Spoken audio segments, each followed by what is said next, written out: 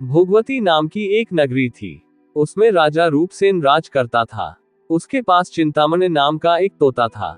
एक दिन राजा ने उससे पूछा, हमारा ब्याह किसके साथ होगा?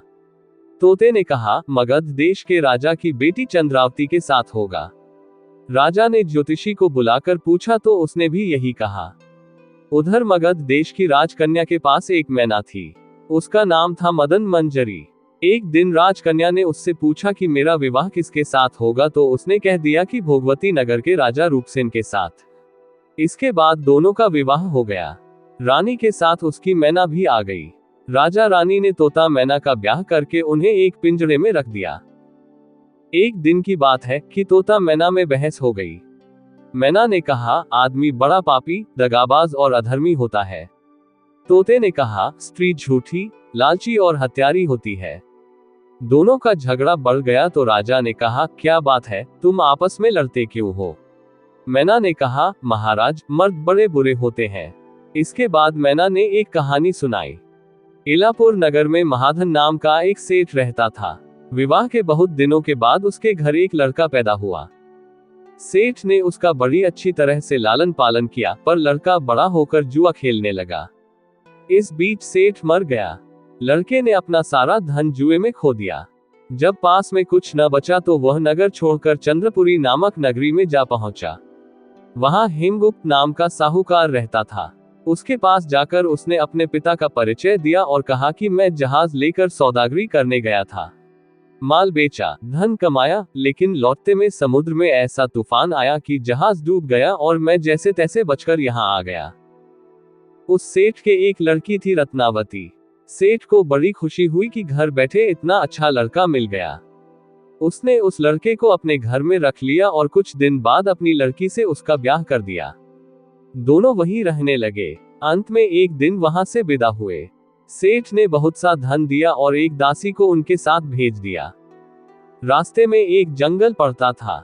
वहां आकर लड़के ने स्त्री से कहा, यहाँ बहुत डर है, तुम अपने गहने उतारकर मेरी कमर में बांध दो। लड़की ने ऐसा ही किया। इसके बाद लड़के ने कहारों को धन देकर डोले को वापस करा दिया और दासी को मारकर कुएं में डाल दिया। फिर स्त्री को भी कुएं में पटक कर आगे बढ़ गया। स्त्री रोने लगी। एक मुसाफिर उधर जा रहा था। जंगल में रोने की आवाज सुनकर वह वहां आया, उसे कुएं से निकालकर उसके घर पहुंचा दिया। स्त्री ने घर जाकर माँ बाप से कह दिया कि रास्ते में चोरों ने हमारे गहने छीन लिए और दासी को मारकर मुझे कुएं में धकेल कर भाग गए। बाप ने उसे ढाढ़स बंधाया और कहा कि तू चिंता मत कर, तेरा स्वामी जीवित होगा और किसी दिन आ जाएगा। उधर वह लड़का जेवर लेकर शहर पहुंचा। उसे तो जुए की लत लगी थी। वह सारे गहने जुए में हार गया। उसकी बुरी हालत हुई तो वह ये बहाना बनाकर कि उसके लड़का हुआ है, फिर अपनी ससुराल चला। वहां पहुंचते ही सबसे पहले उसकी स्त्री मिली। वह बड़ी खुश हुई। उसने पति से कहा, आप कोई चिंता न करें, मैंने यहाँ आकर दूसरी ही बात कही है। जो कहा था वो उसने बता दिया। सेठ अपने जमाई से मिलकर बड़े प्रसन्न हुए और उन्होंने उसे बड़ी अच्छी तरह से घर में रखा।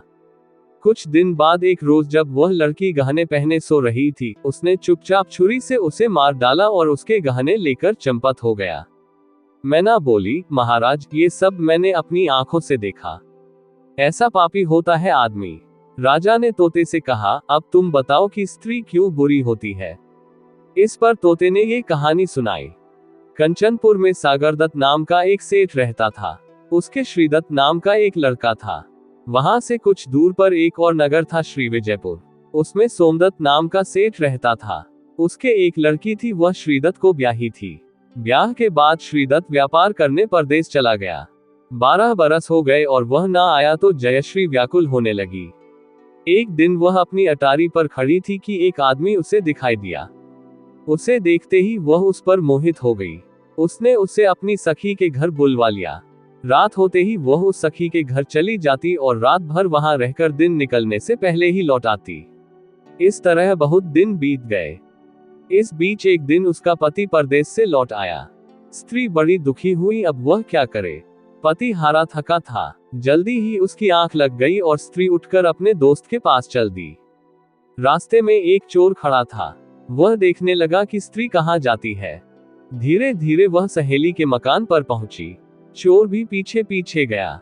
संयोग से उस आदमी को सांप ने काट लिया था और वह मरा पड़ा था। स्त्री ने समझा सो रहा है। वहीं आंगन में पीपल का एक पेड़ था जिस पर एक पिशाच बैठा ये लीला देख रहा था। उसने उस आदमी के शरीर में प्रवेश करके उस स्त्री की नाक काट ली और फिर उस आदमी की देह से निकलकर पेड़ पर जा बैठा। स्त्री रोती हुई अपनी सहेली के पास गई।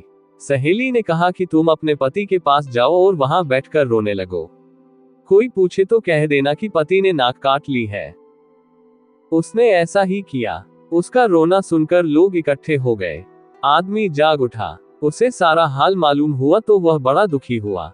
लड़की के बाप ने कोतवाल को खबर दे दी। कोतवाल उन सबको राजा के पास ले गया। लड़की की हालत देखकर राजा को बड़ा गुस्सा आया।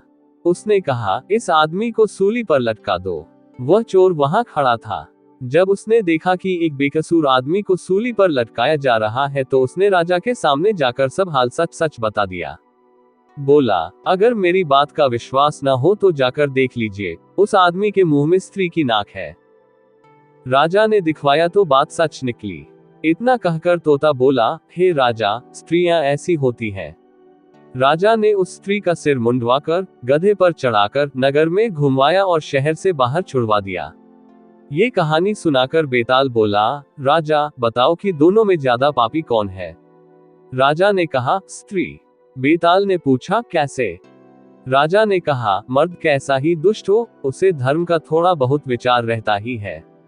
स्त्री को नहीं रहता, इसलिए वह अधिक पापिन है। राजा के इतना कहते ही बेताल फिर पेड़ पर जा लटका। राजा लौटकर गया और उसे पकड़कर लाया। रास्ते में बेताल ने 5वीं कहानी सुनाई।